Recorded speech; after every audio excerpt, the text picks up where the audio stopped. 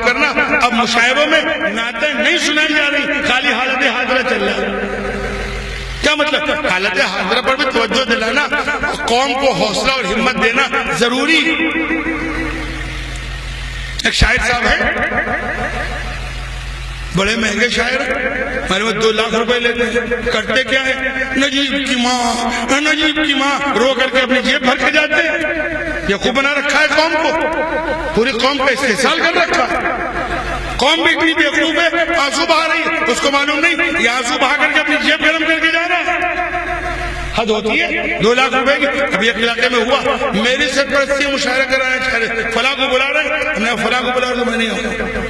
ارے وہ سارے نوجوان ہم نے ٹھیک ہے آپ لوگ کیجئے، میں منع نہیں کر رہا، لیکن میں ایسے مشاعروں میں شرکت نہیں کرتا جس میں صرف تماشا ہو، کچھ کام نہیں۔ قوم کو جذبات میں ابھارنا آگ کی طرح اور پھر ٹھنڈا کر دینا، یہ بہت بڑی حماقت ہے۔ قوم کو وہ حوصلہ دو جو حوصلہ باقی رہے، جو کر سکتے وہ کرو۔ بال ٹھاکرے تیرے دانت توڑ دیں گے، مودی تیرا سر پھوڑ دیں گے، پھوڑ لو گے؟ مقرر پیسے کی برسات ہو رہی، کیا پاگل پن ہے؟ کیا پوری قوم پاگل ہو گئی ہے؟ یہ شاعری ہے، یہ شاعری ہے۔ سارے لوگوں کا گردنی توڑتے پھریں گے، بابری مسجد کا بدلہ لے لیں گے۔ ارے بدلہ لے لیتے تو لے لیتے، یہ 2 لاکھ روپے کیوں لے رہے؟ اب بدلہ لے کے کوئی دکھاتا تو ہمیں تماشا بنا رکھا۔ عجیب ذوق ہے قوم کا، اپنا ذوق درست۔ نعتیہ مشاعرہ ہے، اس لیے میں آ گیا ہوں، میں پوچھ کے آیا تھا کون کون شعرا آ رہا ہے۔ تقریباً جتنے شعرا آ رہے ہیں کچھ حالات حاضرہ، بات بڑے اچھے شعرا آ رہے ہیں، لیکن وہ بھی حالات حاضرہ پر زیادہ کہنے لگے۔ میری ملاقات ہوگی تو میں کہوں گا میاں تم مدح صحابہ بہت اچھی کہتے تھے، تم نعت بہت اچھی کہتے تھے، یہ کیا؟ کیوں؟ ان کو قوم کی واہ واہ اور داد چاہیے۔ نعت کا جتنا اچھا شعر ہو وہ داد نہیں ملے گی، اور جہاں مودی کا سر پھوڑا پورا مجمع کھڑا ہو جائے گا۔ اصلاح کیجئے اپنی۔ میں ایک جگہ گیا تھا سیتاپور، 25 ہزار کا مجمع تھا۔ ایک شاعر صاحب وہ کملیش تیواری کا، کملیش تیرا یہ کر دیں گے، کملیش تیرا یہ کر دیں گے، تیری گردن اڑا دیں گے۔ مجھے بیٹھ کے کہنا پڑا اوقات ہے ان کی گردن اڑانے کی؟ خالی زبردستی گردن اڑا دیں، کیا مطلب ہوا؟ اور قانون کے خلاف نہیں۔ نوٹ کرو، اگر کوئی اس لفظ پر مقدمہ قائم کر دے تو جیل چلے جائیں گے، عقل سلامت رکھنا چاہیے۔ اور اس لائن پر اگر کوئی کیس کر دے اور ان پر مقدمہ چلے جائے تو زندگی بھر قتل کی سازش میں چلے جائیں گے۔ قانون کے جو کہنا پھانسی پہ چڑھاؤ، کیوں پھانسی پہ چڑھاؤ؟ جب تمہارے ملک میں ایسے جرائم پر پھانسی کا قانون ہی نہیں ہے تو پھانسی کا مطالبہ کیا مطلب؟ مطالبہ کو کڑی سزا دو، جیل میں بند کر دو، راسوکا لگا دو، فلاں فلاں کر دو، جو قانون کے دائرے میں آپ مانگ سکتے ہو۔ پھانسی مانگ رہے ہو، جب پھانسی کا قانون ہی نہیں ہے تو اس کا مطالبہ کرنے کا کیا مطلب؟ یا پھر جہالت کا ثبوت دے رہا ہے۔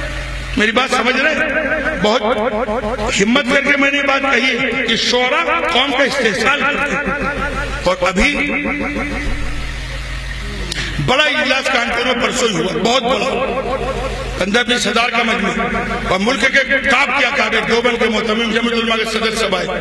تو جس علاقے میں یہ شاعر صاحب آگے 2 لاکھ روپے لے گئے، جان بوجھ کے میں نے وہ علاقے والے کہا کہ بھائی یہاں کے لیے آپ کیسے 10-20 بسیں چاہیے اور ہم کو 1 لاکھ روپے چاہیے۔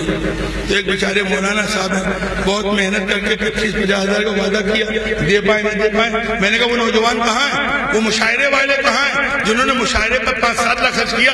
ایک شاعر کو 2 لاکھ دیا تو ان سے کہو کم سے کم وہ تو 50 ہزار دے دے۔ تو بیچارے ارے مجھے ان سے پیسہ نہیں چاہیے تھا، مجھے تو چوٹ مارنا تھا کہ اپنی اوقات دیکھو۔